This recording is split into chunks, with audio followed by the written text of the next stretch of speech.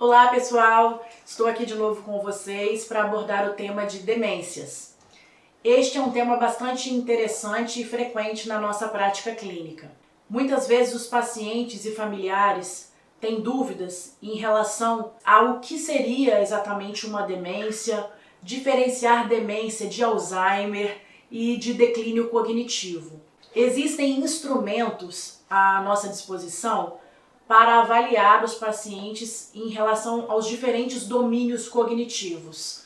Linguagem, atenção, memória, noção visoespacial, orientação temporal, orientação espacial, cálculo, etc. Geralmente nós aplicamos esses instrumentos durante a consulta neurológica para detectarmos num primeiro momento se há um declínio cognitivo, ou seja, se há uma perda, um prejuízo das funções mentais superiores daquele paciente que denote uma importância clínica. A partir daí, tendo-se evidenciado que há de fato um declínio cognitivo, este pode ser demência ou declínio cognitivo leve. O grande fator que nos levará a diferenciar as duas condições são justamente o prejuízo na funcionalidade do paciente, ou seja, um impacto que aquele declínio cognitivo leva à execução das atividades da vida diária. Geralmente, o declínio cognitivo leve, apesar de não passar despercebido, não gera transtornos na vida do paciente e de seus familiares, e o mesmo continua mantendo suas atividades normais da rotina com um ou outro esquecimento ou desatenção.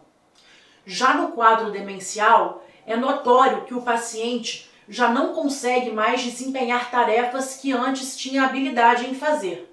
E a família muitas vezes se sente insegura por deixar o paciente sozinho e até mesmo o limita em suas atividades. Quanto à idade de aparecimento, geralmente os quadros demenciais e de declínio cognitivo ocorrem na terceira idade, nos idosos. Podem, em alguns casos, aparecer antes, geralmente como comorbidade de outras condições médicas. Já o Alzheimer, ele não é algo diferente da demência. Muitas vezes os pacientes chegam no consultório e falam: "Ai, graças a Deus é demência, não é Alzheimer, né?" Mas assim, isso na verdade não é algo positivo necessariamente, porque existem vários tipos de demência, né?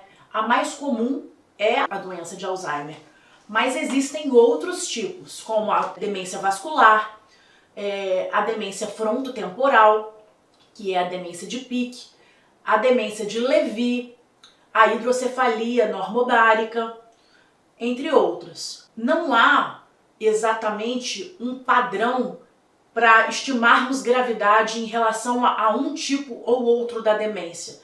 Isso vai depender da variação do indivíduo. Porém, as características diferem as demências entre si.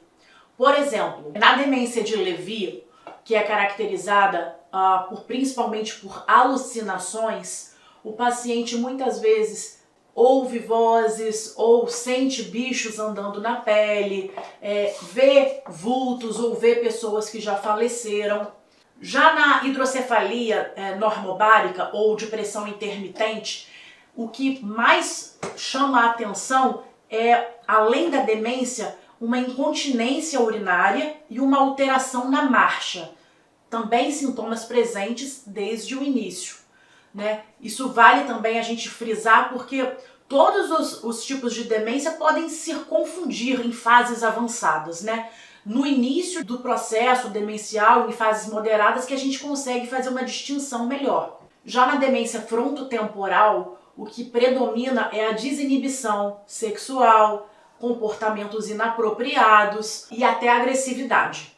A doença de Alzheimer é aquela que geralmente é mais clássica, né? Que os familiares falam que a pessoa está esquecendo nomes, esquecendo o que fez ontem, esquecendo de fatos óbvios, né? Começa mais prejudicando a parte da memória recente, né? E a demência vascular, ela é bastante parecida clinicamente com a demência de Alzheimer. A gente às vezes diferencia mais na prática clínica porque tem mais comprometimento visoespacial do que a demência de Alzheimer. E pela ressonância, pela imagem da ressonância magnética, a gente também pode diferenciar algumas demências entre si.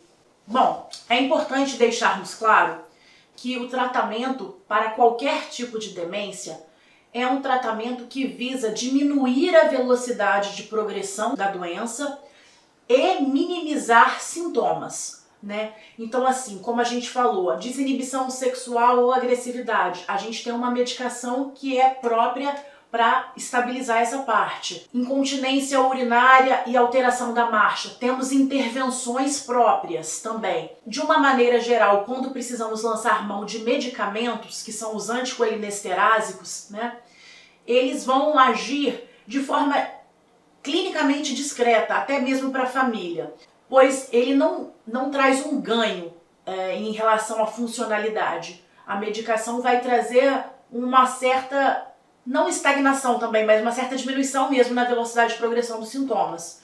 E apesar de em alguns casos ajudar muito, tem que ser avaliado individualmente, porque alguns pacientes têm uma piora da agitação, por exemplo, com os anticolinestérásicos, ou da confusão mental. Então, assim, cada caso é um caso. Quanto antes o paciente e seus familiares procurarem uma ajuda neurológica, maior a chance de nós termos intervenções positivas, né, que hajam aí na fisiopatologia da doença e de alguma maneira melhorem a qualidade de vida do paciente e de seus familiares. Em caso de dúvidas ou algum sintoma, busque um neurologista. Gente, foi um prazer falar com vocês. Se inscrevam no canal e toda quinta-feira tem vídeo novo liberado. Um abraço.